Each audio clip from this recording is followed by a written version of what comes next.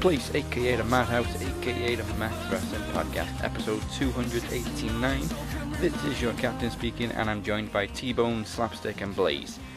Wait, what the fuck? Those are stupid names, aren't they? No. Yeah, let's stick with the podcast machine. Mike Larkin, Travis Walker Anderson, and El Jefe Moses Marquez. Much better. I fucking hated it. Dazzy Dangerously, I fucking hated it. They ruined it, damn it. So, they ruined it. What's my new gimmick again? Okay, so we're going to take a paper plate, we're going to cut some holes in it, and that's going to be your mask. Jesus. And we're going to call you Slapjack. Like a cheap paper plate, too? Yes. It didn't even look like the good one, like you would like pay like a little bit extra for that might hold everything on the plate. No, this looks like the piece of shit one you get from the 99-cent store. Did you know that they signed WWE? I actually seen this clip of Retribution. That was just fucking ridiculous. Yeah, apparently they were even laughing backstage. And they're also planning like, oh my god, they signed with WWE. They already are WWE talent. Yeah. They were just on NXT. Assholes. Assholes. It was like when you have to make your own Halloween costume, and they decided to go as Predator, Bane, and Jason Voorhees. Mm-hmm. And they made them their own. Mm-hmm. And as for the women, they don't even have names yet, so they should be grateful. It's just Mia and Mercedes Martinez. Yeah. No, not even names. So they don't get Slapjack and T-Bone and whatever the hell he is. I'm hoping somebody talks some sort of sense into them. Like, are you really going to rename them? Because you're going to kill those ladies, and we could use them right now. Absolutely. Yeah. Well, I mean, so don't be stupid. Don't fucking ruin them, too. Please don't give them dumbass names. So I got to get this off my chest because it's just been fucking dying. Yes. I did the fucking Thunderdome. Yeah. I fell asleep. I fell asleep in the Thunderdome. Not again. Oh my god. Wait, was that on TV? I don't think it was. Paul says he was dying to see where I was because he's like, I'm sure you fell asleep. He's like, were you or were you not complaining? I said this felt as much as a 2001 Nitro as anything I've ever watched on a Monday. It was horrible. Horrible. Can only begin. This was so bad. And now we have to predict a pay-per-view for it. Yes. Because that's what I want to see.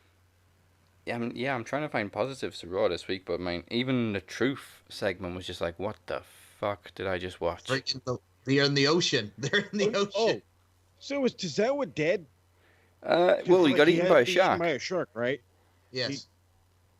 So I better never fucking see Tozawa again. Like, never again. Tozawa's gone like Alex Kittner in Jaws. Yep. There you go. What the fuck?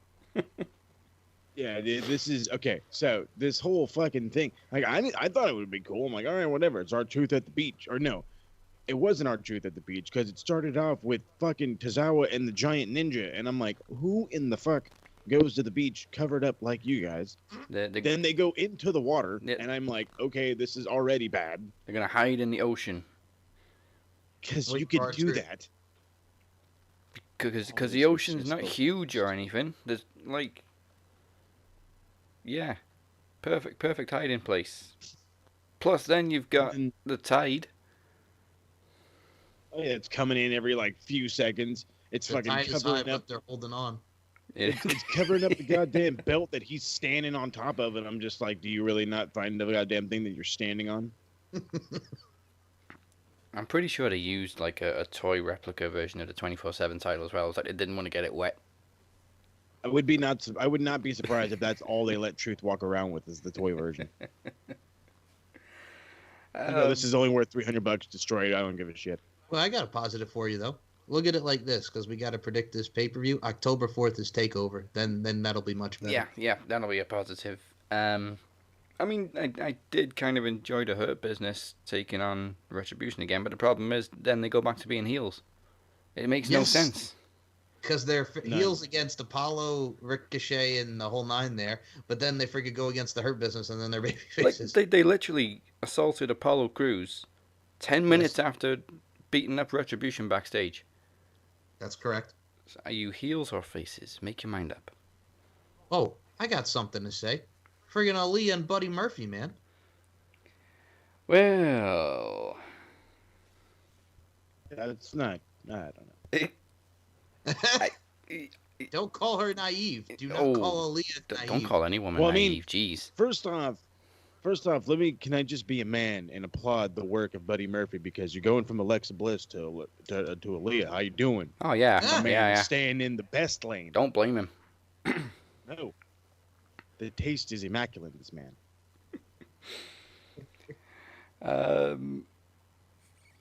And before we get into Clash of Champions as well, also we had Dolph Ziggler back in Raw Playground, and he defeated Tommaso Ciampa Light. Oh, yes. Freaking, what's his face? Rua, whatever his name is. Yeah, I don't even know. I was just like, that's Arturo Ruas. There you go. Arturo Rua. I was like, oh, that's my dude. Oh, wait, I remember him. Yeah. Braun Strowman. Wait, Braun Strowman and Dabba-Kato. What in the fuck was that? Dabba-Kato getting knocked the fuck out. Braun mauled him. What? Braun throws the worst punches I've ever seen in my entire life. Like, and I've seen like really, really fat dudes train MMA, and they throw better punches than Braun, because these things look like shit. I'm like, dude, you're this big, giant, scary dude. I would just take your big ass to the ground. Like, you can't fight. I mean, let's be fair. Raw Playground is run by Shane McMahon, who probably has like the worst looking punches in the world. Yes. Yeah, but they the rat-a-tat-tat punches. The rat-a-tat-tat punches. And a final negative before we get into predictions. Zelina Vega is looking generic as fuck, and WWE, I'm begging you, please get new music, guys. Please. Yeah. She beat Mickey. She beat Mickey. Yeah, that's a positive. Well, what the fuck? This thing sucked too. Oh yeah, the match sucked, but... Well, poor Mickey, he doesn't get another rematch after that schmoz from last week. Yeah. So, here's my logic here, because I love to play this game, because this is Nitro. When the logic thing plays, that's how it ends. There's no logic. So, you're fucking telling me that Zelina gets a goddamn title shot by somebody that lost a title shot opportunity the past week? Yes. Makes no sense. Well, I mean, all you have to do these days is just walk up to the champion and say, I want a title match. We'll get to Impact about that. My goodness. Do that. That makes way more sense. Well, she kind of did last week, but I didn't confirm it until this week after she beat Mickey. Whatever, it was Nitro. Not in a good one. All right, now, while we're on the topic of Zelina Vega, we're obviously going to be kicking off that match, because for some reason, even though Lucha House Party have a match, Asuka and Zelina Vega is on the damn pre-show. Yep. For the Raw Women's Championship. Yeah, you did. They said it on Raw that match is going to be on the kickoff. Did you not hear the part when I said I fell asleep? I'm just saying, man. I didn't know what part of Raw you fell asleep. I thought maybe you woke the back whole part of it. Up. Yeah, well, this was pretty late on, so I would assume you missed this bit. And I got the early fucking version. I'm sitting here at like 6:20, falling asleep. Ugh. Yeah. It's not because it was late. It was because the show was that bad. I will kick it off by saying Asuka retains. She fucking better. Asuka lock. Zelina Vega taps out. Asuka for the win. Travis? She beats her in 30 seconds. Asuka wins. Let's go. Travis? Yeah, I'll go Asuka. So I don't give a fuck. I mean, I'm glad Zelina's getting like an actual wrestling run, but I don't see her beating Asuka at all. No. Hell no. Hell no. Reason for it. Oh, no. Okay. On to the main show. SmackDown Tag Team Championship possibly kicking off the main card. Cesaro and Shinsuke versus the Lucha House Party. We don't know which members. It's Kalisto, Gran Metalik, and or Lince Dorado. I gotta go Cesaro and knocking on heaven's door, Shinsuke Nakamura to retain the SmackDown Tag Team Championships. Because there's dissension among the Lucha House Party with Kalisto and Metalik and Lince Dorado. So I think there's gonna be some type of schmaz, and Cesaro and Nakamura retain. I'm gonna be Moses. They better. Fucking A, right? They better. Shit, this is like one of these things where it's like, okay, you guys are doing it just for the sake of doing it. Get these guys out there and give them some fucking shine. I mean, personally, I think it's time to fucking give Lucha House Party some, like, you know, legitimacy, and you're fucking giving these belts around like goddamn hotcakes, so might as well put them on these guys for a couple of weeks. You're gonna have another pay-per-view in a fucking month, are you not? And I don't mean to cut you off, man, but I look at it like this. What other tag team are they going to face? I mean, Heavy Machinery's too busy feuding with friggin' Miz and Morrison, and Miz getting his friggin' undies and everything stripped, man. Way to kill Otis, by the way. Yeah. Just fucking buried him dead. And I'm like, I don't even want to watch SmackDown. They're talking about lawyers. It still doesn't compare to Steiner stripping Triple H. No, from the friggin' yes, from the friggin' pose down, yes. You know what? I'd rather that than any of this other fucking crap that's going on. You know what? I never thought I'd say this. I'd rather watch Triple H and Scott Steiner at the Royal Rumble 03 than any Raw than what I friggin' watched last week, man. And I hated Triple H and Scott Steiner at the Royal Rumble 03, Dazzy Dangerously. Yeah, the feud had potential, but the matches were dog shit. The matches were shiznit, and then friggin' Scott Steiner's not even on WrestleMania. Then what happens afterwards before the feud with Test? Let's put him on Sunday Night Heat to take on Rico. And the hype packages were great too. Yes. And I mean, when you have Evanescence bring me to life, and when you have Falling Apart by a Trust Company, hello. Okay, so All about it. Moses, are you going with Cesaro and Nakamura or Lucha House Party? Yes, Cesaro and Nakamura. Okay. Travis? They're a team. Why not throw a swerve ball in there, and I'll go Lucha. Oh shit! You know what's gonna happen now? They're gonna win. Yeah, right. If they win, I'm gonna pop like a fucking 10-year-old. Yeah, Cesaro and Shinsuke definitely need to, especially after that bullshit loss to Street Profits. Right. They bring the swag like nobody can. I mean, they're on their home turf, man. You got to have the Street Profits win, fam. And on that note, we'll stick with the Street Profits. They also defend their Raw Tag Team Championships against Andrade and Garza. I'm tired of this goddamn match. I mean, are they breaking up or not? I don't know. We do kind of need the tag teams right now. Yeah, I'm actually really surprised they didn't just go with Humberto and Dominic.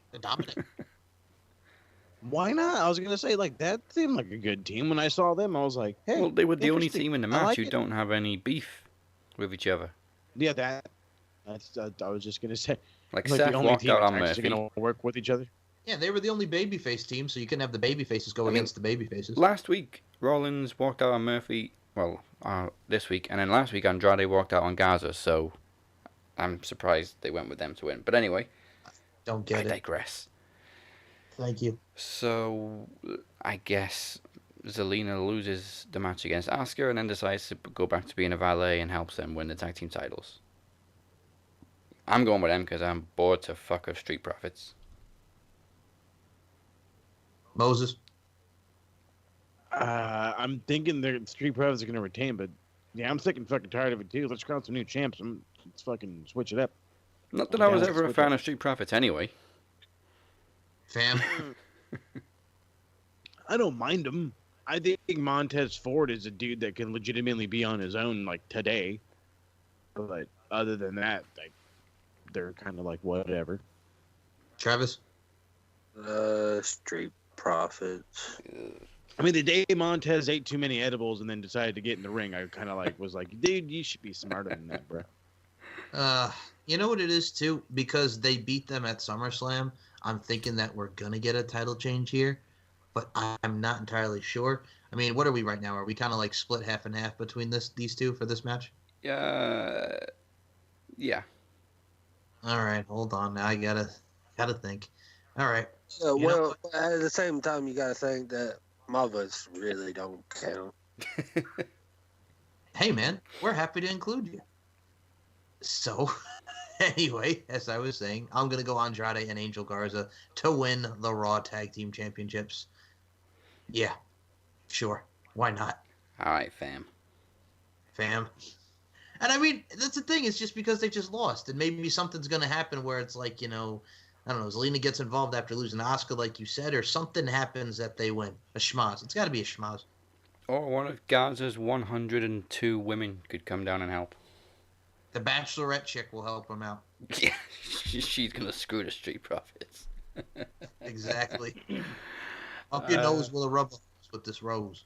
All right, hold on. So you brought up Angel Garza, or we're talking about Angel Garza. So Yes. go back to the Thunderdome where I was partially asleep and partially not. There was a part of it where, like, during commercial breaks, you'd actually hear from random superstars. They'd show up and apparently look at a screen that could see a bunch of different faces. And this guy, like, shows up and he's like, "Oh, hey, I'm looking for all the ladies." And I'm just, like, yelling into the screen, "I saw you get married." And my wife was like, "What are you fucking yelling about?" I was like, "This fucking guy, he got engaged on fucking TV." NXT. Like, what the fuck? This guy's a whore. Man whore central. Yeah, I like we said, as soon as you leave NXT, Will Smith's there waiting with the neuralizer. Yep. Right. Sorry. Click. Here come the men in black. Oh, you know what? Let's just stick with the tag team championships. I definitely see a title change in this one. Nia Jax and Shayna Baszler defending against the Riot Squad. Huh. Ruby and Liv are on a hot streak. They gotta win. Plus, let's face it. Fucking Nyan. Say Shayna. Shayna, thank you. I can't Celtic. even say their name. It's too early in the morning. Like, they they hate each other as it is, so. Yeah, they're dysfunctional.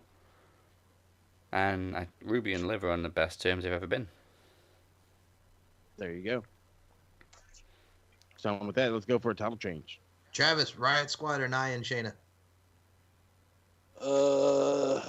Nia and Shayna. Alright, we gotta retain. And Mike?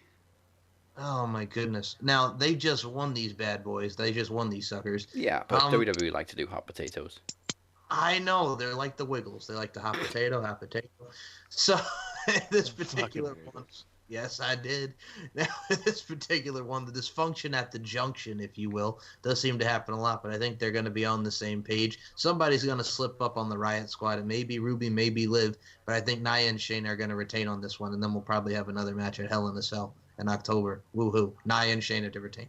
Yeah, which apparently, was it Sasha that confirmed there's going to be a Hell in a Cell pay-per-view? Even though WWE haven't confirmed it?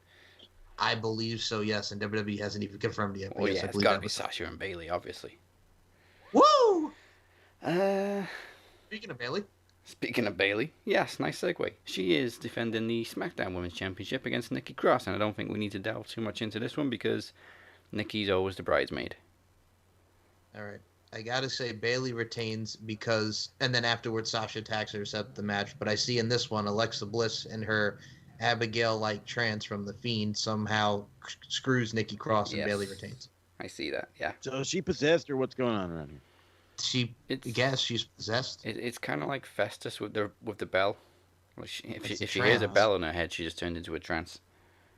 And this one is if she hears the name The Fiend, she goes batshit crazy. She starts sticking her tongue out. There. Well, she does do the Sister Abigail very well, by the way. Yeah, Which, not gonna very lie, smooth. That's sweet. Very smooth. It's almost like Kane. You just go, May 19th. It's happening again, Kane. Or if you're Big Show, it's May 13th. Yes. Oh, don't remind me of that, man, because here's It's the thing. I remember unforgettable. when Luke Gallows was friggin' talking about being the imposter Kane, and I remember he was talking about it in the interview, right? And he goes, yeah, the gimmick's not working. It's not nothing you anything, but people don't get it. And he goes, you think? Oh, that's such donkey dick as well. It did.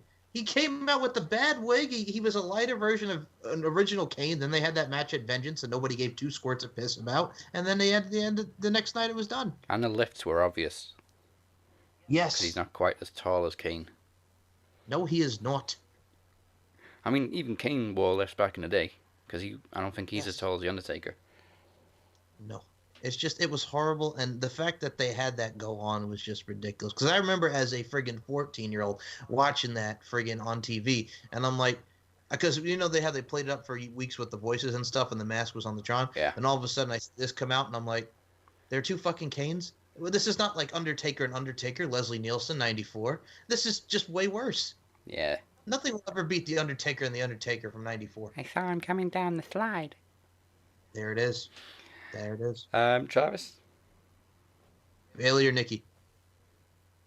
I would love Nikki to win, but Lord knows that ain't gonna fucking happen. It always seems just to be the bad time for Nikki to challenge as well, because she's not going to win because there's always something going on with the women's champion. Mm-hmm. So unfortunately, another failure. Another L. I don't want to say failure. Another L for Nikki Cross. Put it in the L column, Dazzy dangerously. So how long unfortunately used to the L's. What's up? I said she's unfortunately used to those L's. Go ahead. Not you, Travis. How long has Bailey? Travis? How long has Bailey been champ? Well, she won it at Money in the Bank. Yeah, and she then has the longest reign, and it's currently, I think, 400 something. 347. Wow. Damn. Almost a year. Yeah. She's almost at that Noah's title reign of yours, Mike. That is true. That is true. Not the second one, the first one. That was just shy of a year. I'm rounding it up. Estimations. Regulations on that motherfucker. Yep. We have the United States Championship, Bobby Lashley versus Apollo Crews. I mean, I can see why this isn't on the pre-show, because obviously Hurt Business are pretty hot right now. Oh, come on. You know it, man. Bobby Lashley. Gotta retain. Bobby Lashley gotta win. Bobby Lashley gotta win, damn it. The Bobby Lock. With the Bobby Lock, the Hurt Lock, whatever the hell they're going to call it this week. What the fuck name are they calling it this week? It was like the Hurt Lock, then it was like... Telling you name it the Bobby Lock. Bobby Lock? What the hell is it called now? Hold on a minute. That's going to bug me, because what the hell are they calling this damn It's the Hurt Lock. Yeah, the Bobby Lock. It's a goddamn Master Lock. Well, it's 2 weeks ago, it was the full Lashley. The full Lashley, yes. This sounds like the full Monty. Oh, God. Hey, as long as it's not when they made Jeff Hardy use the Twist of... not the Twist of Fate, the Twist of Fury for that one fucking week. I kind of like that. It's not bad. Okay, here's the thing. I agree with what Travis is saying. It's not bad, but, it's the Twist of Fate. Everybody knows that's the Twist of Fate. The Twist of Hate made sense in TNA because he was a heel. And you know what I'm saying? The Antichrist. That made sense. Yeah, but he also modified the move a little bit. All right. Well, I mean, towards the end of his tenure in 2003, he kind of did like that reverse of fate, as they called it. Like kind of like a neck breaker reverse. You know what I'm saying? Yeah. You know what I'm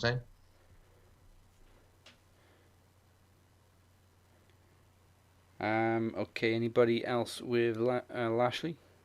Yeah, Lashley. Lash. He'll retain. I'm down with Lash. Yeah. All right. What we got left? Yeah, we're literally going up and doing each counterpart title.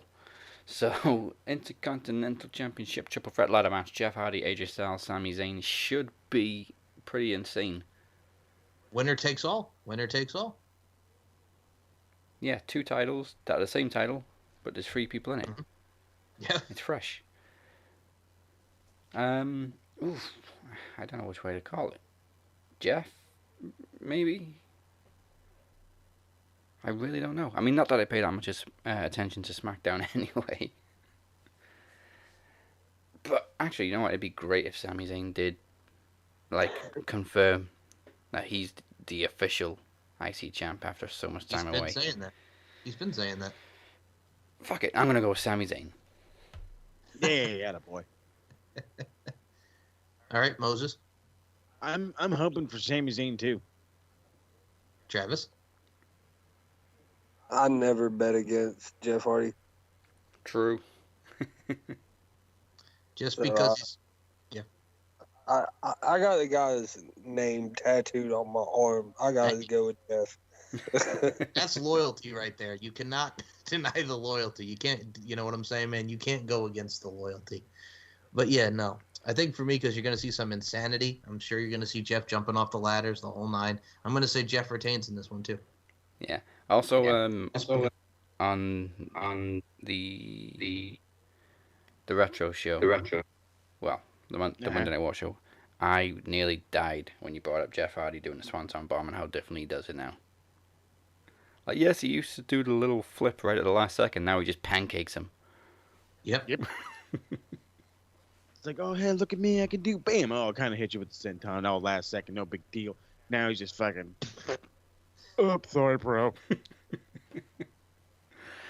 Okay, that takes us to the two world title matches. Drew McIntyre versus Randy Orton in an ambulance match. Both of them apparently have fractured jaws. Well, they didn't actually say Randy had a fractured jaw, but he was out last week after 3 kicks to the head as well, so. Fractured jaw. Yeah. You get a broken jaw. You get a broken jaw. You get a broken jaw. It's the Oprah of fractured jaws. I think the last match they had would have been a perfect time for Randy to take title number 14, but this one, because it's a gimmick match as well, and because Drew was the first one that got injured out of the two of them, I'm going with Drew to retain again. Moses? Now, I really want Drew to retain in this one, but I feel like I'm in that group of like, well, who's next then? Who's going to be next for Drew? Because I don't really see nobody. I mean, I know Survivor Series is coming up, and that's meant to be like the, champion versus champion thing. Maybe, who knows? We'll see. Maybe, yeah. But, God. Fucking give it to Randy. Okay. Travis? Yeah, I'll go Randy too. I heard a rumor that Randy's supposed to win, and then at Survivor Series, there's going to be a champion versus champion, so it'll be like Randy versus Roman, but it's going to be a winner-take-all match. Oh, no. No. That's the rumor I've heard. Now there, Trav. You know what you say about rumors. Everybody's just going to start yelling at Dave Meltzer again. The only titles they need to unify are the men's tag team. Facts. Mike, who are you going with? Make your Okay. itty bitty fucking tag division one half decently sized tag Itty bitty division. little bitch. Little bit. Yep, exactly. Okay. So since, like you stated, Daz, since Drew McIntyre won at SummerSlam, and the fact that it's now an ambulance match, and also we have a Hell in a Cell coming, I think we're going to see part 3 in Hell in a Cell, so I'm going to say Drew McIntyre retains here, and Randy wins it in the Hell in a Cell. Yeah, that would be more ideal. It fits perfectly with his new killer gimmick, too. Mm-hmm. So, probably the main event, and I never thought I'd say these words, Jey Uso challenges for the Universal Championship against Roman Reigns, who apparently is finally, after 5 years, going to debut new attire and music. All right. About time. He says he's going to wrestle shirtless, and I'm like, ooh. Yeah, Well, all the hold on a female minute. wrestling fans had a meltdown. Well, he did back in the day, Leaki, and when he was first in NXT as the friggin' free agent, wearing the watch and the whole suit, the whole nine. Yeah. Just don't You come have out. to watch old school. Don't come out in fight shorts. Exactly. You got to watch old school Roman Reigns before he got onto the main roster when he had the watch and he was being all heelish. He was actually very good. Where he was like trying to be The Rock, but not The Rock. Yes. Foregone conclusion, I think. Roman to retain. Roman Reigns. So I talked about the Big Cuz wanting. He's actually stated he'd be willing to come back and face him at WrestleMania. Yeah. Rocky also said it would make sense. Yep. So, I mean, I'm down. Jay's got to be At coming this back soon, point- right? He got injured at Mania. Jimmy, yeah. Jimmy, yeah, not Jay. My bad. Is he hurt, or was it more of the issues? I think it was a combination of both, but he did hurt his knee in the ladder match. Okay, I was about to say I wasn't sure if it was that or, heaven forbid, more of the DUI and. No, But- he got. Oh no, here it is, right here. Yeah, he had a knee injury where he got put through the table. He's out for 6 to 9 months. Okay, so May, June, July, August, September, October, November. Alright, so he could be back like Rumble. Yep. Oh, okay then. Well, that still plays into, Roman blazing through the family. Mm-hmm. And that would kind of build towards the road to WrestleMania for The Rock. Okay, I'm down with that. I'm cool with it. The story writes itself, but yeah, this too, it's going to be a very good match. But I gotta go. Obviously, Roman. Get a couple more matches out of Jay and then turn to Jimmy. That makes sense. And then after you go through Jimmy, go to The Rock, and that sets up the WrestleMania match. And then have a match with Little Jimmy. Yes. I was gonna say, or have a match with the big little cousin Nia. No. Yes. Spear that ass. I was just You're that ass. I was just gonna say, I was like, imagine him just like spearing her right in the front of the Rock, like, what in the fuck? Oh, that'd be sweet. We're all screaming, hell yeah! That'd be You guys sweet. are horrible, but I love it. It's my yard, bitch. Oh, There it is. Dream. Writes itself, Dazzy. Writes itself. And that is Clash of Champions. Woo. So, congratulations to Alexander Rowan. Maybe we'll find out his identity soon, and hopefully it won't be as laughable as Retribution. I doubt that. There is no match in the promo bowl this week because you have been voting all week to give someone a second chance. That person will face Moses next week, and it's time for the results. So, without further ado, that person getting a second chance is Cypher, Corey Coulter. Oh, okay. Fresh matchup, Moses. You both have never faced each other. This is gonna be fun. I will say this very quickly, just to already, I guess, boast my own ego. The best thing I've seen this guy do was hit Trav in the face with a chair, and I'm still surprised that he won that one. So, if I think he squeaked by in that one, and I'm out here shooting, let's see if I am in his nightmares just as much as the demon, or what? How's he say it? The Demus? Demonus. The Demus, and I'm like, The what the Demonus. fuck? That's First of all, oh yeah, the Demonus. get your twang right, man. It's not the Demonus. It's the Demonus. Demonus. Whatever. Demoness. I got to figure out my redneck side when I cut this promo like I did on Trav way back in the day with the North Carolina, whatever. And when he says he hit him in the face with a chair, he hit him in the face You with a literally chair. hit him in the face with a chair. Yeah, like I said, that was the best part of his whole promo. That shit sucked. Hey, man. I'm just going to say this right now. That's one of my favorite belts. But, dude, head-on fucking collision. He went right for your dome piece. It was one of those moments as well where I could literally hear Jim Ross in my head going, "Oh, he tried to get his hands up there to block it." Yes. You know what you did? You did an RVD. The thing with it is, like, we were gonna try to, we did it in just one take, and the second I turned around, he was just right there and scared the shit out of me. So that was like my legit reaction was just I just threw my hands up way too high.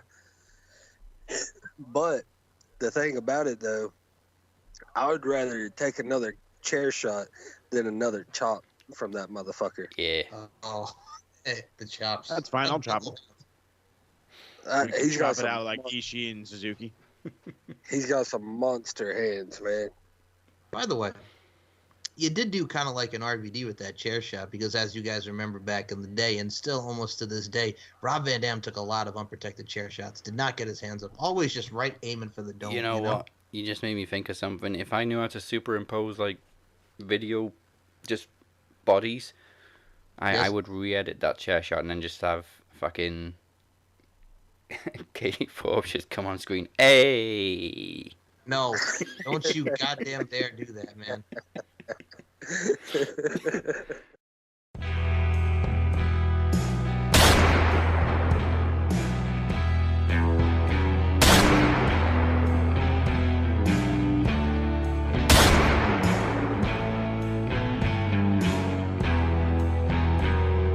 When you come for the king, you best not miss.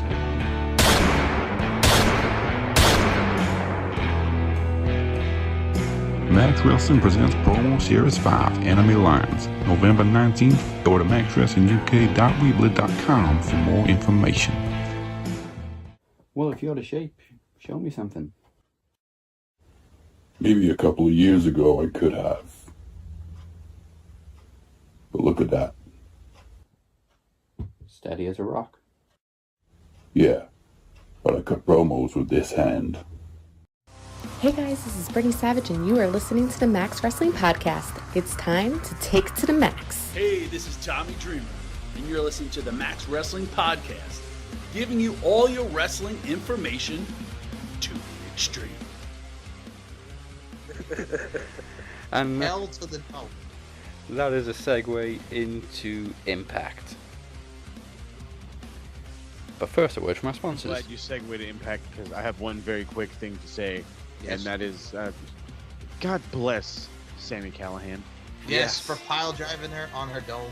I Thanks. saw that whole thing while we were ranting about the thing I fell asleep for, and I was just like, first off, she sold it like a champ. Good for her, and it's about goddamn time. This is the thing, as Micah said, she's not a bad athlete. It's just that whole fucking gimmick. It's I'm gonna twerk. I'm Rob Van Dam's girlfriend. Hey, that's it. Yeah, that's about it. I mean, to be fair, you look at her, she's ripped. Yeah, she's. I mean, have you seen some of her workout videos? The girl can friggin' go. She can run. She can lift. She's good. She's good. It's just the A's and the twerking. It's the A and the twerking, and it's just like, all right, we know you got an ass, girl. Just friggin' use it. Get that ass to work. Not working like that, but get in the ring. You son of a gun. But first, Trey defeats Chris Bay and TJP to kick off Impact this week and instantly gets a shot at Rohit's X Division title. Unfortunately, Trey makes the mistake of running straight at Rohit at the bell and gets rolled up, and then the tight's pulled. One of my favorite heels. I love me some Rohit Raju. You could tell exactly what was going to happen when the way Rohit was just hovering around the ring for the whole match. You just thought, yeah, this is going to be a squash. Yep.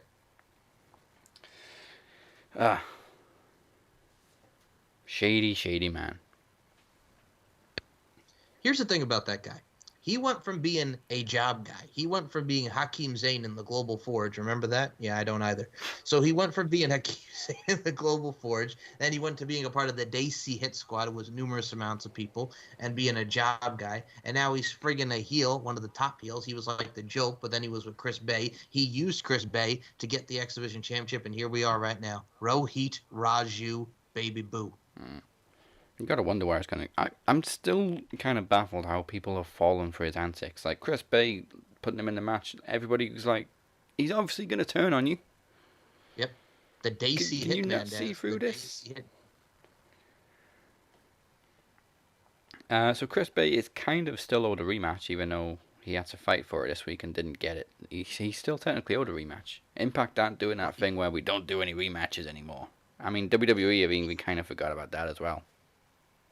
Well, he's not the ultimate finesser right now. He's been getting finessed. Yeah, unfortunately. Mm-hmm. And it is unfortunate because Chris Bay is a shoo-in for breakout of the year for the Maxis, as far as I'm concerned. Agreed. I mean, you got. I'm sorry, Travis. Oh, you're good. I was just agreeing. Oh, okay. So I was going to say, when you look at a guy like Chris Bay coming out of Future Stars of Wrestling, wrestled on Ring Warriors against the likes of Austin Aries, dude's been all over the place, wrestled on 205 Live, wrestled on Ring of Honor, coming to Impact, signing with Impact, and doing the damn thing. Absolutely a star for Breakout Star of the Year at the Maxis. Yeah, my only complaint is they kind of did the typical thing with triple threat matches where two guys are in the ring and the other guy's sleeping outside for a little bit waiting for his spot.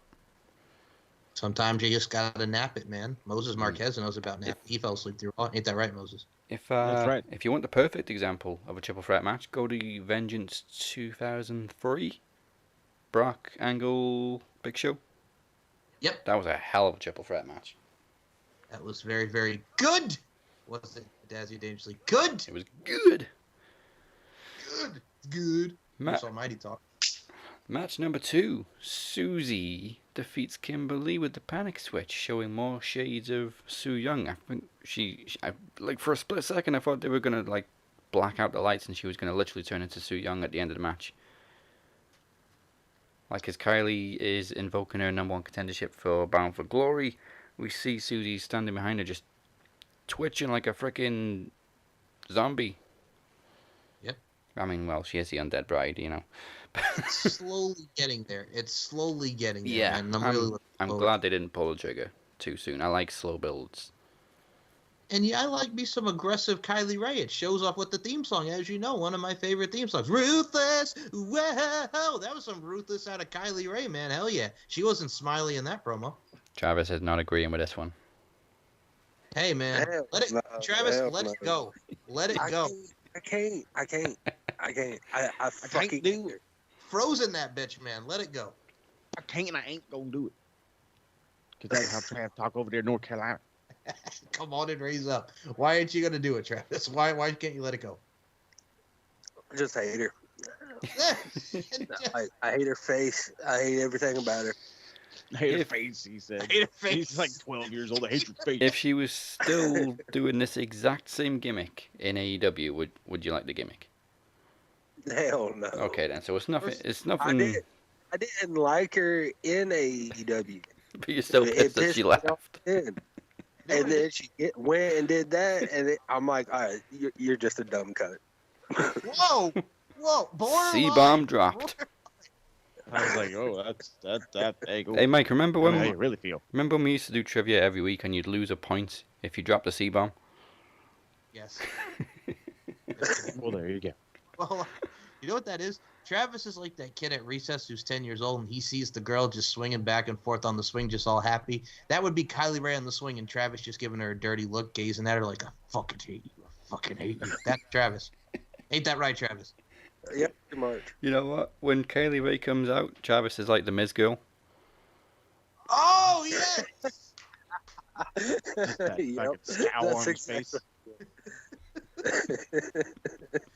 You know what else he's like? He's like those fans when Bo Dallas was the NXT champion. He would be those fans when he was like the delusional babyface, but he's really a heel, right? Yeah. So when Bo Dallas used to come to the ring, he would be those fans that would turn their back on Bo Dallas. He would turn his back on Kylie Ray. If he was at a show that she was on, he would just turn her back as soon as the entrance would come out. Yeah, I got to give a shout. I would definitely be more that person with her. But when you're talking about like the Miz girl, Yes. well, that's definitely me with Matt Riddle. That's just cruel. I got to give a shout out to Evan McCabe as well. During an Impact taping in Manchester, Big Money Matt comes out. You know when he was doing the old "I'm better than everybody" gimmick. Oh, with Tyrus as his bodyguard. Yeah. Tyrus. So everybody's standing. Evan stands on his chair and turns his back on Matt, cutting promo. I gotta love it. He's just like, fuck this shit. Okay. Oh, we then get a campaign for hashtag Heath for Impact this week, and it features cameos, which is also a nice dig because, you know, WWE can't use cameo anymore. Cameos. We had the Hoff. We had Flavor Flav. Flavor Flav. We had Nancy Kerrigan, and we had Chuck Norris. Dude, he Chuck didn't even Norris. look like Chuck Norris. No, I had to. Look, I had to like go on Chuck Norris's cameo, and just like check, is that really Chuck Norris? Yeah, it is. Yeah, fucking Chuck Norris. I won that on a tournament. Hold on, Dodgeball. You're missing the best part of this. Hi, I'm Heath. I used to have a last name, but now it's locked up by some billionaire owns it. Yeah. See, the dig at Vince McMahon. I like these little digs because WWE deserve them, let's be honest. Like, Facts. it's okay if they don't overdo it and base their whole gimmick on anti-WWE, but like nice little digs like that, I can live with. Mm-hmm. Yeah. So I'm also wondering if any of these people actually know who Heath is. Like, I'm sure Hoff does. I think Hoff's kind of a wrestling fan anyway. Somewhat. I don't even know what Chuck fan, Norris or Nancy Kerrigan does.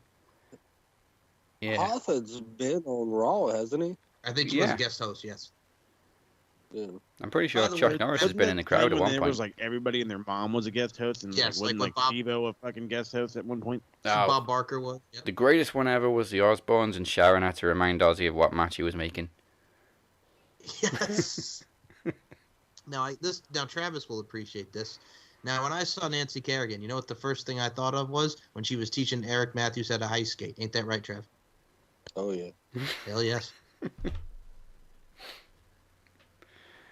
Kind of a left field segment because it didn't really lead to anything this week was Taya agreeing to help Rosemary deal with Havoc and Nevaeh in return for Rosemary helping Taya with Tasha and Kiera. But it was surprising for Rosemary because originally she thought she was going to have to help Taya first, and then Taya's like, no, I'll help you first. And then we get that match next week, which I cannot wait for. Did I miss something? I don't even know why Rosemary's feuding with Havoc and Nevaeh. Remember she beat her up last week, Havoc? Yeah, I remember that last week. I didn't know what they were fighting for then either. I don't even know anymore. It's just a natural hatred, man. When Father James Mitchell dies, man, there's still some unsettled business, I guess. All right. Somewhat. Okay. Kind of. I don't know. Another segment backstage. Brian Myers ain't happy, flips the table, and gets scalded by Tommy Dreamer. Very on distance, by the way. He literally got in his face. You might want to... Can I just say back up 2 meters, Tommy. Yes. Can I just say one thing? Fuck him up, Brian. Fuck him up. Fuck him up. Kurt Hawkins, Prince of Queens, Brian Myers, Creative Pro. Love it. Come on, Brian. Can I just say something? Yes. Clean it up. Yes. All right. I ain't even mad at that, but still, Brian Myers. I love Brian Myers. He's finally getting something. He's getting something than just being a J-Brone. So, I mean, come on now, man. The world's most professional wrestler. I love it. I love it. It was a weird ultimatum. It was like, clean it up. And he was like, I'll clean it up on one condition. If I ever see you again, you walk the other way. Okay. Now clean it up. Okay. I'm actually expecting a match between them next week. I don't doubt it, to be honest with you. And then Tommy will do the thing like he did. Here's what's funny about this. You know what's going to be funny about this? If Tommy Dreamer puts Brian Myers over, which he probably will, right? Yeah. You do realize that on the last edition of ECW on Sci-Fi that he was on before he left WWE, he put over Zack Ryder. Well, how about a coup that is, man? He puts over Zack Ryder. Now he's going to put over Brian Myers, a.k.a. Kurt Hawkins. Hell to the yes. Was Tommy Dreamer like in charge of talent relations at one point in WWE? Because I wasn't. Yes, in the mid. So that's what Brian Myers was referring to when he said, "I'm your agent now that you were when you hired me." That is true. Yeah, he hired a lot of those guys. Nice. Okay. Next match was supposed to be Dina against somebody, but EY decides, nah. Wait, hold on. EY like attacks that? and shouts. Scott, what do you mean I wouldn't do it to you, Scott? What do you think I won't do it to you, Scott? Scott, Eddie, freaking just, I love it. Rich, this is you, Swan. You, Edwards. Ah! Just, my God, the man yells. It wasn't, funnily enough, until this week that it dawned on me, oh shit, yeah, Team Canada. They have history. I forgot all about it. But yeah, Scott D'Amore tries to talk sense into EY and has to physically break up the fight. You know, instead of, like, threatening to strip him of the title, you know, because he'd be well within his rights to. But, you know, he manages to talk him down instead, and finally, Eddie Edwards makes his return to fight off EY and gets a title match at Victory Road on October 3rd. On Impact Plus. On Impact Plus. So it's not... Well, it's on a Saturday, so it is a pay-per-view. Technically speaking. It's not a special version of Impact. It is a separate show. Well, what is with everybody yelling in that segment, too? Because I just did the yell there, but then he's friggin' like, my conscience is clear! My conscience is clear! And then they friggin' go to the back. Scott!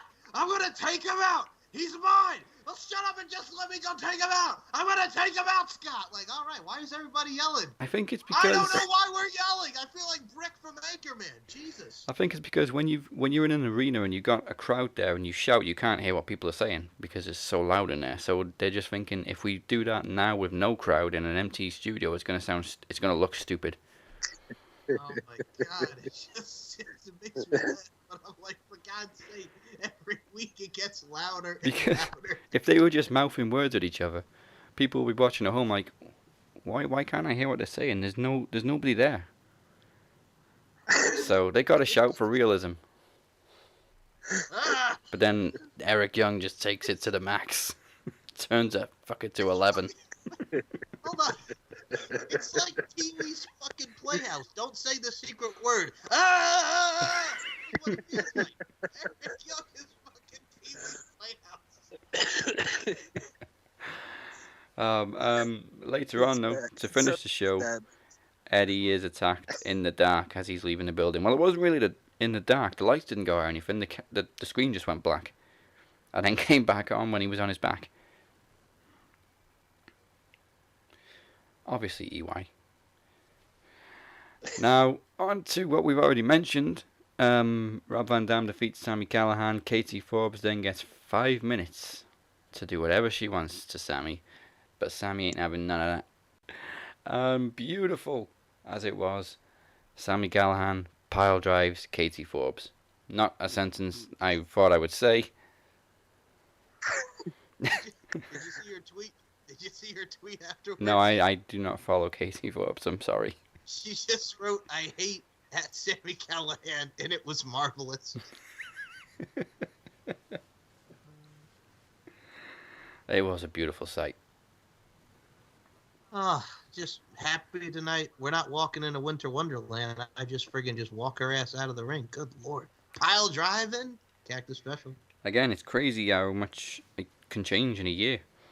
This time last year, we hated Sami Callihan. I hated his guts. I hated him. And it wasn't friggin' thing with Tommy. I hated him. It wasn't just a gimmick. We thought, oh, he's a horrible, slobbering mess. Yeah, the bat to Eddie Edwards' eye, the whole nine, and then now we love him. Yeah, we love him with this accurate. He's really become an anti-hero. Yeah, and he's friggin' amplified what he did in NXT as Solomon Crow. This is what the gimmick should have been, but then we got friggin' Solomon Crow in NXT. Oh, Solomon Crow sucked ass. It was terrible. He came in with all this hype, and then I saw the gimmick because I didn't know about Sami Callihan before NXT. And I saw the gimmick, and I thought, people are losing their minds over this? This sucks. It did, and that's why I preferred him on the Indies when him and Moxley were a team. Yeah. Switchblade Conspiracy, was it? Yep.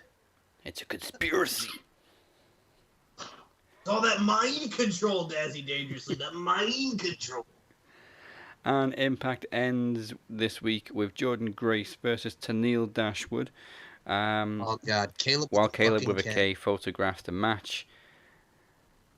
Fucking Caleb with a K. Caleb Conley. Conley also begins with a K, by the way. Yes, it does. Tennille wins with a spotlight kick following a distraction from Caleb with a K. Moses, bathwater running, Jordan Grace. Love me some Jordan Grace. Mm-hmm. How can you not? Yeah, actually, I caught a little live stream of her and Jonathan Gresham just like hanging out. Yep. And I wanted to ask a stupid question, be like, do you flavor that bathwater, or you just wait till she's done, like, you know what I mean? I gotta say something. You and Paul, and I'm me included on this, we are like John Cena when he's talking about loving that 280-pound woman on Howard Stern. We love us some BBWs. I was about to say, I was like, yeah, you sent me that thing. I was like, I always knew John liked the ladies on the bigger side. Hey, he was like, you know what? It wasn't even like, hey, I'll go do it. It's like, yeah, I'll do it. I'm gonna enjoy it. And he had sex like the whole nine, man. 280 pounds of love and whole lot of. It was good times for John Cena. And he bagged it up all too. about it. He bagged it up too, like Blackstreet. No diggity, no doubt. He bagged it up. Attaboy. Safe sex. Ain't nothing like it. Attaboy. He's a smart guy. That guy. Yes. No diseases. You mentioned asking Jordan about the bathwater, and I instantly thought of Frasier when he accidentally revealed his bathwater recipe over the phone on the radio, and it was a jasmine, lavender, rose hips, and a little Tahitian vanilla. Yes. I also can't do Frasier's voice, apparently. Don't feel bad. Okay, I won't feel bad.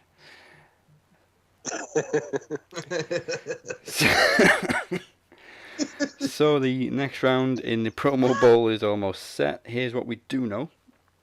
Moses faces Chris Maldonado on October 15th. The Phoenix takes on Chris Durham on October 22nd, and the winner of next week's second chance bout between Moses and Cypher will go one-on-one with Alexander Rowan on October 29th in the final match of the tournament. Then, of course, the three winners of those matches will all challenge the Demoness for the Promo Championship at Promo Series 5 Enemy Lines in the microphone standoff. Like a microphone standoff. So if I win both, what does that mean? If you win both, you get to select who else can take your second spot. So you can give somebody a second chance again. Second chance. Got it. Well, yeah, if you pick Cypher, it'll be a third chance. But anybody else who's already been eliminated, yes, you can give them a second chance if you win both your matches to reach the final. That was going to be my follow-up. You gave it to someone who was already eliminated. Is that how that works? Yeah, and I just realised actually we've never announced that, so that's an exclusive right now for you all. Hold on, man. You're just going to announce it at the last minute, man? Just going to be like, oh, by the way? Well, what kind of crap is that? It's not the last minute. I mean, the second round doesn't begin for another 2 or 3 weeks. All right, I'm just saying, man. You just want to put it Well, on the table. I'm just saying, like I'm that? just here to see my girl. All I'm just saying, baby, I'm trying to see my girl married. That's all I'm saying. I'm coming in here. I'm trying to see my girl married. Yo, Debo, friggin' Tiny Lister, you're an enabler. They know what you want to do. They know you want to give her drugs. I'm just trying to see my girl married. I'm just trying to come in. Why won't they let me in? Because you want to give her drugs. Drugs bad. Okay. Drugs bad. Oh my God, that edition of Celebrity Rehab when Mary Carey was on the damn show, and here comes, I didn't even know Tiny Lister, friggin' Zeus over here, Z Gangsta, whatever the hell he was in WCW, I had no idea they were friends. Hey, Tiny's tight with everybody. And he's also blind in one eye. Yes. The thing that he does so well is he puts a smile on everybody's face. Your show. We are gonna steal the show. I guess it's time for a new order. Have you seen Max Wrestling? I will show you the light. We're talking about me. We're talking about the podcast machine. Your boy, Moses Marquez. Same day, new era. We are the best at this. Max Wrestling Podcast every single Thursday. Go to maxwrestlinguk.weebly.com for more information. Hey everybody, it's the interview queen Alicia Atute here, and you are currently listening to the Max Wrestling Podcast. It's time to take it to the max. Hey, this is the charismatic enigma, Jeff Hardy. Welcome to the Madhouse. Okay, so for Wednesday nights, I actually enjoyed last night's Wednesday night. I didn't really enjoy it last week because maybe I was just used to them being on separate nights, but it was pretty good last night, and I think I'm going to say, before we even begin, that the night belonged to Dynamite. Easy. Dynamite kicks off with the in-ring debut in AEW of Miro, looking jacked as a motherfucker. Hex. Like, he had corona as well, didn't he? Like a couple months ago. Correct. Yep. Man, he's come back from it. Well, I mean, he was already probably like just getting bigger and bigger and bigger the day he left WWE. But yeah, way to stay healthy after getting sick. And we can't even say it's, from a healthy bedroom life because Lana's off traveling with Raw, doing stupid shit, getting put through tables every week, which is great. Yeah, I'm down with that. Yeah, he's also not being forced to do fucking TikToks. Attaboy. Sorry, Travis. Lucky man. Even though he is doing them, though. Is he? Miro. Is it at a force them? Is he has done several with her. He hasn't got his own though, has he? Not to my knowledge, but it wouldn't surprise me if he did. No, he's also been just for. He's also been game streaming, so I don't know where the hell he's got that physique from. Because I spend a lot of time in a chair as well, and I ain't got a physique like that.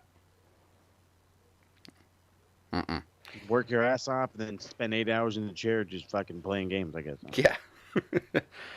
Must be nice. Hey, dude, if I had to fucking hang out at home all day long and no kids and the means to do what he do, I might try to be that big too. Yeah. It wasn't even weird seeing Miro not wrestling barefoot. Like, his gear was cool. So Miro and Kip... I didn't like the shorts. It looked weird to me. I mean, it could have been worse. He could have been in fucking a skirt or a singlet. Facts. Assholes. Miro and Kip defeat Joey Janela and Sonny Kiss. And it dawned on me like halfway through the match that Kip and Janela obviously have history with Penelope Ford. I digress. Miro looked great though. Just fucking he looked fine. I was not like thoroughly impressed. It was a little on the slow side for me. It felt like he was like kind of still WWE mode, but nowhere near to the extent of Cardona. Well, yeah. Normally I can agree with that. Normally I complain that Dynamite always kicks off with a tag team match. But I wasn't really tuned out of this one. Maybe it was just because it was Miro's in-ring debut. Possibly. But yeah, probably. Good start. Meanwhile in NXT we kick off with the Battle Royal to decide who's going to challenge Io Shirai. Did anybody predict Candice winning? Nope. But I saw the whole thing and like way to try to make like two monsters out of Rhea and fucking Giant Gonzalez's daughter over there, Raquel. But like they both get eliminated and I'm like, okay, so it's not them. Fucking Shotzi are. And then like once you do the process of elimination, it was kind of like, okay, so I guess they're gonna give Candice the shot. I mean, last week they only really did promos for Candice and Tegan. So I kind of figured it was going to come down to those two. You know what's interesting about that too is the reason why I like Io and Candice is because of their history. The last time they did this feud, Candice was the face, Io was the heel. Now it's a role reversal. Io is the face and Candice is the heel. Mm-hmm. And actually wouldn't be surprised if Candice wins. Me either, but I mean, also, yeah, then you can bring the Candice Tegan Knox feud in there for the title. Yeah, just please leave Io in NXT. Yes, do not bring her to the main roster. Leave her alone. Leave her alone. Before Dynamite kicked off, we found out Lance Archer has unfortunately tested positive for COVID, so they had to cancel the 6-man tag. But on the bright side, we ended up with Eddie Kingston getting his shot at Mox. And they also were very undistant in their little face-off in this promo. But we'll get to the match. To nobody's surprise either, Ciampa defeats Jake Atlas. Just pointless, I thought. Just molly-whopping poor Jake Atlas. Molly-whop, motherfucker. Molly-whopping Jake Atlas. And I like Jake Atlas. I think he's very talented. Before Jake Atlas had to take the beating from Ciampa. Yeah, and... yeah, everybody saw that coming. Now, I think I've missed something in NXT as well, because the next tag match just seems so random. So, Danny Burch and Roddy Strong versus Raul Mendoza and Fabian Eichner. Oh, God, damn it, I was really afraid that you caught this part because I wanted to know, like, how confusing this whole thing was for a man of, the UK status. So, I have to bring this up. So, they come back from commercial, and it's fucking it's the whole most hilarious detective I've ever seen in my entire life. Not Breezango, Fandango, and he's got like this whole board, and he's like, "That's it, I got it." And the idea is each guy from the 4 tag teams that apparently are only in NXT, one guy from each team will I guess 2 dudes team up with each other. So it was Raul Mendoza and what's his face? Huh? Oh yeah, well, there you go, Joaquin and I don't know. It was, but the way he explained it, like because William Ringo was over there and he was just like, "What?" He's like really confused how he explained it, and so William Ringo looks at Danny Burch and Danny Burch said some stuff, And Regal's like, okay, all right, yeah, it's all right. Cheerio, see you later. He just fucking like walks away like, what the fuck? Why am I back here? Cheerio. He's just like, okay, yeah, right, all right, cheerio. He's like, you have to watch it because I need to know if from this crazy American if it was hard for another British man to understand. I mean, Birch got it or not? Birch got it, no problem. He was like, yeah, no. I don't know. It was funny. I think I missed died. that part. Maybe it was just like I think maybe I was paying too much attention to Dynamite, and then I looked over at NXT, and there was just this random ass tag match going on between 4 people that I've never tagged before. Yeah, interesting little segue. Ah. But I guess the idea and I totally wrote in space. Whoever won that match, their 2 tag teams are going to go against each other, and the winner of that is going to take on Fandango or Breezango at TakeOver. Oh yeah, I caught the ending. But like, I didn't even know who. You got to catch that segment though. It was that confusing. I didn't know who was on whose team at first until they made a tag. I was like, okay, so is Strong with? No, he's tagged him in. Okay, so he must be teaming with him. Yeah, just random. Over on Dynamite, Hangman takes on Evil Uno. Midway through the match, Uno sends Dark Order to the back, and pretty much instantly gets hit with a buckshot. Lesson being, don't send your team to the back. Mm-hmm. Especially if you're a heel, because they're probably going to help you. Because heels actually have friends, believe it or not. Yeah. And also, apparently, heels fight heels. And then beat up the babyfaces afterwards. Okay. Doesn't make all the sense in the world, just some. Another kind of... Well, actually, this one wasn't quick, but Priest just beats up Austin Theory for about 15, 20 minutes. Yeah, this one was, like, long and kind of dragged out, and I really was thinking Austin Theory was just going to get beat on for, like, 20 minutes, and he surprisingly got somewhat of a comeback, and... I kind of like Austin Theory's matches being long because he just gets his ass kicked for 20 minutes. True. I'm okay.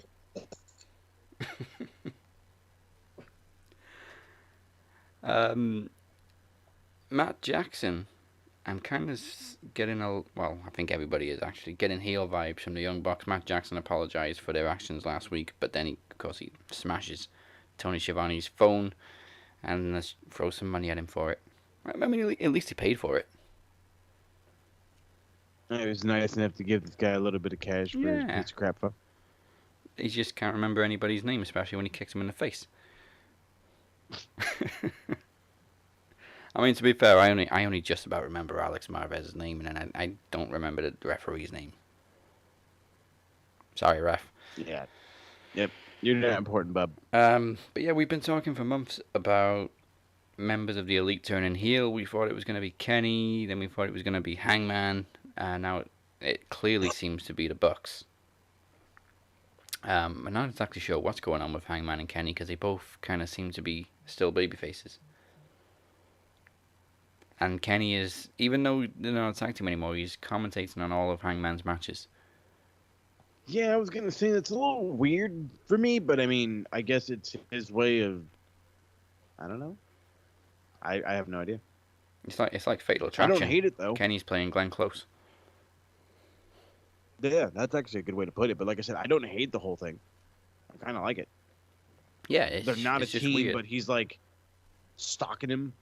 Yeah, but then he's gonna like wait for the right time, and then bam. There's no interaction between them. It's like Hangman's not aware that Kenny's there. Interesting.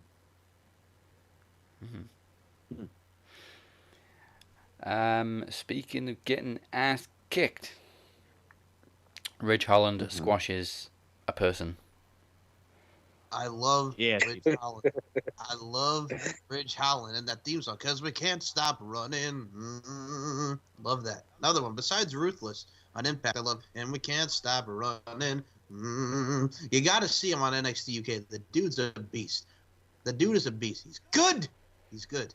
Yeah, it was nice as well this week. They kind of showed a couple of clips of him on the field just smashing into people. Former rugby player, man. Yeah. I mean... You know what else does? What? And he can't stop running.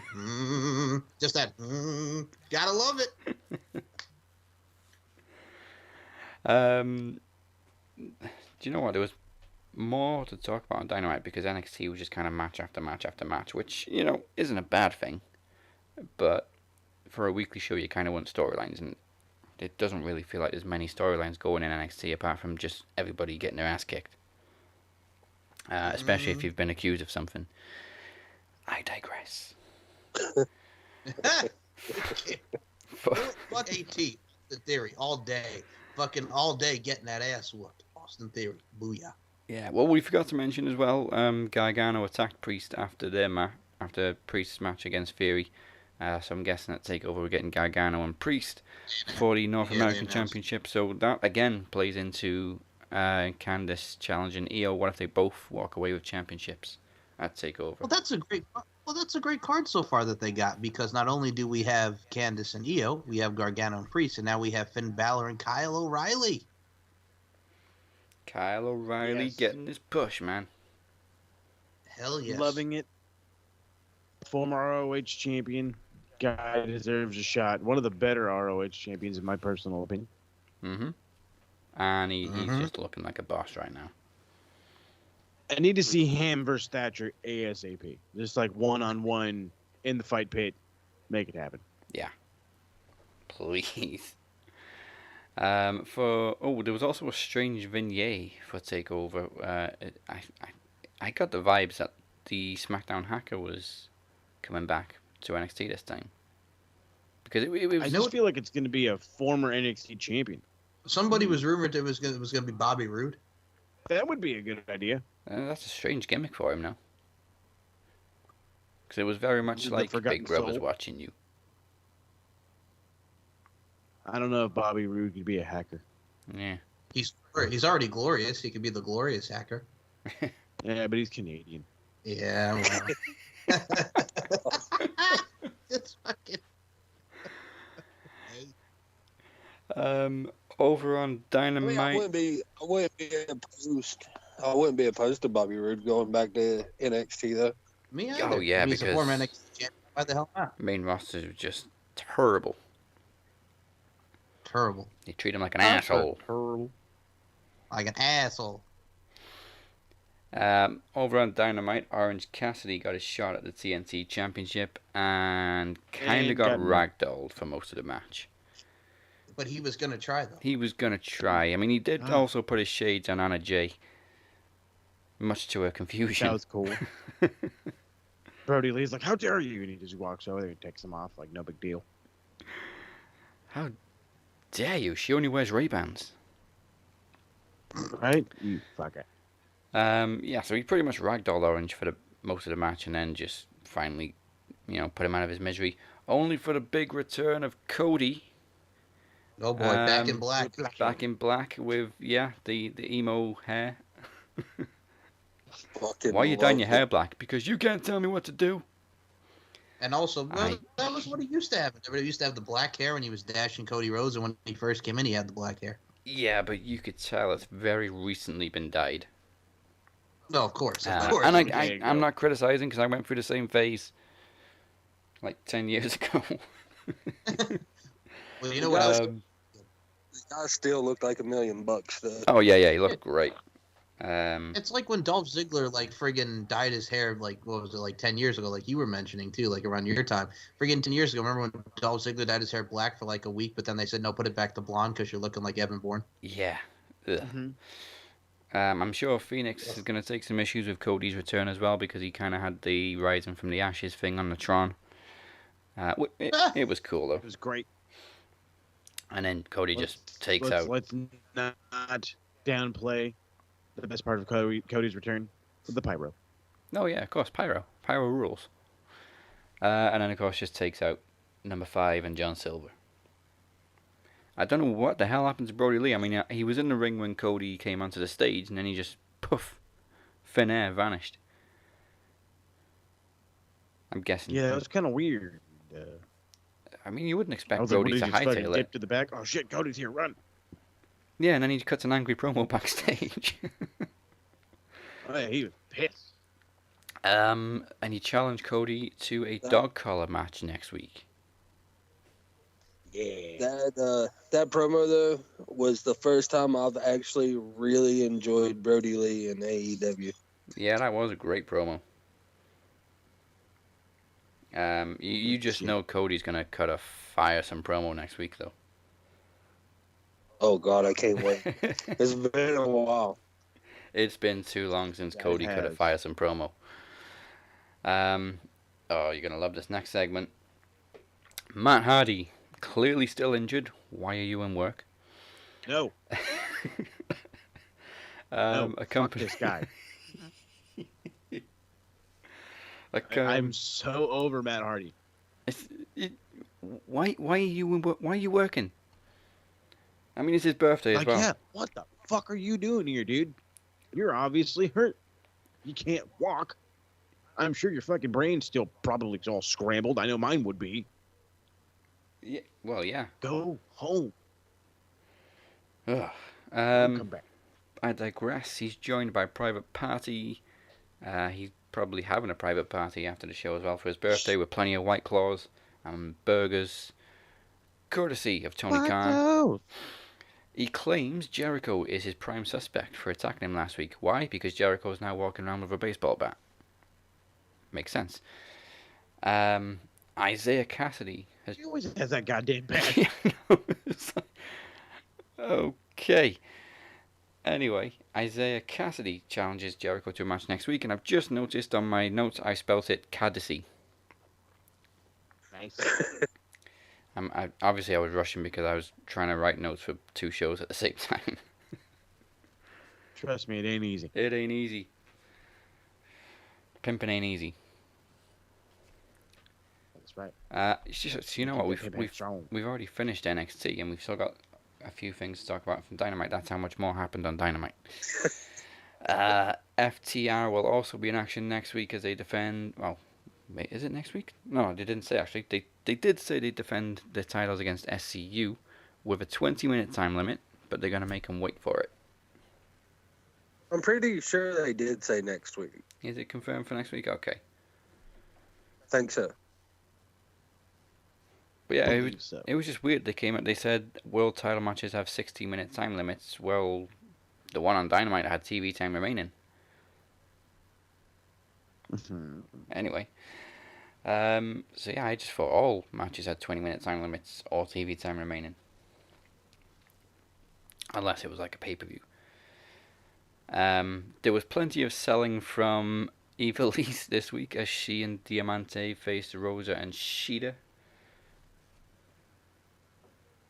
That's right, 'cause she remembers her tweet that you must sell. Yeah. It was like you were saying. She stares off into space. That was awful. She's like, I wouldn't say nothing. I was selling the whole time. You saw nothing. Right? You saw nothing. I saw it all late. Yeah, where are we going now? Because the champions seem to be friends now. Right? I mean, like, unless you guys plan to have a fucking women's tag division, these ladies together should be fighting each other. I mean, obviously there's respect there. They're both champions of their respective women's divisions, and they had a great match against each other, but... Okay. I would love to see those 4 go at it in a fatal 4 for the title. Yes. Or both titles.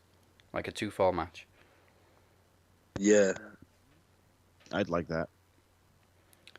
Another strange interaction between Jericho and MJF. Not sure where they're going with that one either. It's like they don't like each other, but they're blowing smoke up each other's ass. Mm-hmm. I don't understand that. They have a great dynamic, though. They work very well together. And also in perfect sync. You call me a loser. A million people saw you call me a loser. And then, of course, main event was Kingston versus Mox. And it was kind of surprising because early on, Eddie kind of dominated Mox until he hurt his hand. which seemed to be legit because he really did seem to be in a lot of pain and he was shaking it a lot. So hopefully it's nothing serious. But Mox comes back and they both just beat the shit out of each other's chests. Yeah, they do. Yeah. This was a fucking brawl. Yeah, and they they both seemed like they were in a lot of pain for most of the match. Well, yeah, every time I turn around, fucking Kingston is selling his back or he's selling his knee, and I'm just like, okay, bro, you're very, very good at that. I'm afraid you're hurt. Can you tone it down a little bit? They must have had a very serious meeting last week after the show about selling. Yeah. Oh yeah, somebody doesn't believe we're selling. Sell it more. Now we're not naming any names. Evilly sat at the front looking pissed off. Oh yeah. You could just see Matt and Nick Jackson sneeze. Evilly. Oh, I'm sorry. Did anybody else sneeze? Yeah, and then Mox just quickly chokes. Or you know what? They probably Kingston. yelled Marvez. Marvez didn't sell our super kick. That's right. I am very excited. I was very happy to see Kingston get a title shot, though. I did love how they actually played off the storyline that he never got eliminated from the Battle Royal. So it's like, he's like, this is why I'm getting my title shot. Yeah, makes sense. Well, sure. It's a good reason. Way to have logic in your wrestling. I like it. Yeah, that was good. Yeah, so it ends in a submission, well, a choke out. Then it just turned into chaos as Lucha Brothers attack Mox. Will Hobbs comes out and begins to clean house, but just eats a double super kick. Darby Allin tries to get involved, but he's quickly speared by Ricky Starks, and then, yeah, the heels stand tall. I'm kind of liking this new group that Eddie is kind of leading. It's Brotherhood. Yeah, I'm wondering if calling he's it the filling Brotherhood. in for Pac, because Pac was obviously in the Death Triangle thing before he got stuck. Yeah, they were supposed to be managed by Excalibur, but then COVID hit, and then everything just went to shit after that. And then of course, you know, Excalibur said shit 20 years ago that somebody got butthurt about. Yep. Mm. Assholes. Don't we just love that? Fucking asshole. I was really looking forward to that, like, faction, and I was really looking forward to see how Excalibur would go, like, heel with it, and I was really looking forward to all that, and then it just went to shit, just like the rest of 2020. Yeah, and then 2020 happened. Basically, don't plan anything in 2020. Damn you, 2020! Motherfucker. And that is Dynamite. Well, we didn't really get into the Battle Royal, but I think Bronson Reed looked really strong holding the ring for a while. And then he just kind of lost track of people. There was too many people. Yeah, it just... You know what? It was a Battle Royal. It went downhill for Reed when Cameron Grimes entered. That's right, goddamn Cameron Grimes. Straight to the moon. No, one thing that I did miss is the NXT title match next week or TakeOver? TakeOver. Oh, okay. So pretty much in another couple weeks, October 4th. Yeah. It's about a week and a half. Yep, week and a half, excuse me. And it'll be in the Thunderdome. Oh, really? I believe so. I believe that's what I kept hearing. Ooh, okay. Because like we Yeah, said they're trying last to week, have it in the Thunderdome. We said last week that I'm enjoying seeing NXT back in Full Sail. And you're like, yeah, it would be kind of interesting to see them in the Thunderdome, though. Yeah. Yeah, we'll see how it goes. Let's see how it goes. I wouldn't fall asleep for that one. That's a selling point. Strong nearly fell asleep. There was a nice freeway submission spot where Strong had an ankle lock on Grimes, and then Thatcher just put Strong in a sleeper. Thatcher. Well, it looks like for NXT TakeOver 31, it is going to be a Full Sail. Oh, okay. So no Thunderdome. Oh. All right. Well, then I still won't fall asleep. All right. Even though I've been invited to SmackDown, and I might do it just to fall asleep. Well, here's where you're definitely not going to fall asleep, because we are 8 weeks away from the next Max Wrestling special, which is Promo Series 5 Enemy Lines on November 19th. Promo Series, as you may know, is the home of the traditional winner stays on gauntlet for the Knowledge Championship. This year the Phoenix has 3 challengers. The first is yet to be confirmed, but it will then go to the Demoness before finishing with El Jefe Moses Marquez. We're hoping to get the Ultimate Undertaker showdown between Phoenix and Alex Dorio, but it is yet to be confirmed. Moses is also, hopefully, Moses is also in promo action as he picks up the mic in a promo duel against The Shape. We know both can pump out gimmicks like nobody's business, so it should be a showcase. Facts. In another promo exhibition, it is former WSU Spirit and Tag Team Champion Brittany Savage taking on the Podcast Machine and current Mr. Ironbank Michael Larkin. Oh, but she's a savage. I cannot wait, man. Pop culture, seriousness, savagery. Brittany Savage was just on Ella J's A Wrestling Gal podcast talking about if I want to go serious, she's going to take that, she's going to go down that road with me, which I look forward to going down that road with Brittany Savage as well. And also, Daz, we just did some badass build-up promos for our promo series. I think a lot of people are going to like. So you're going to get some promos before the promos. It's a good time. I can't wait for promo series. Yeah. And your main event, for the first time since Promo Slam 4, a multiple-person bout for the Promo Championship as the Demoness defends against the 3 finalists of the Promo Bowl. They could be Moses, Chris Maldonado, The Phoenix, Chris Durham, Alexander Owen, or Cypher. Or, of course, as we said, if Moses wins both his next matches, then he could pick somebody else for a second chance. And the predictions title will Start also buttering be me up, because that's what it'll be the place. on the line for Survivor Series. There will be no NXT TakeOver that weekend because we're having it next weekend. So it's Survivor Series only for the predictions title next special. For more information, go to maxwrestlinguk.weebly.com. It's time for some real cowboy shit. Mm-hmm. And the bell is rung, and it's time for us to bid you adieu. So before we go, remember to like and follow Max Wrestling on Facebook and Max Wrestling UK on Twitter, YouTube, and Instagram. Actually, it's just youtube.com/Max Wrestling on YouTube. We're also on SoundCloud, Spotify, Apple Podcasts, Google Play, iHeartRadio, and CastBox. Cast Bizarre!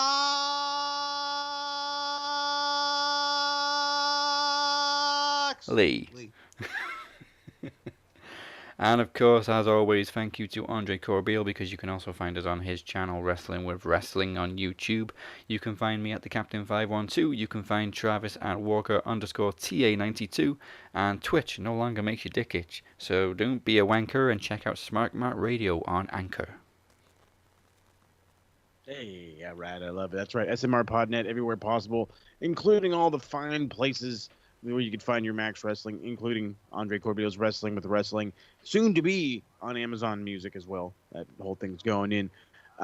Everything's been a little bit on hiatus at the moment. Football is life. I stated it last week. It really does take over. But don't trip. I took a day off of work. I kind of forced Paul to do some work. We're going to drop a double episode of Retro on Monday, and then immediately go to a pay-per-view, because apparently that's everybody's favorite thing is these pay-per-views. So we're going to immediately go into a pay-per-view, which I believe is going to be Fall Brawl, WCW's Fall Brawl, so that ought to be fun.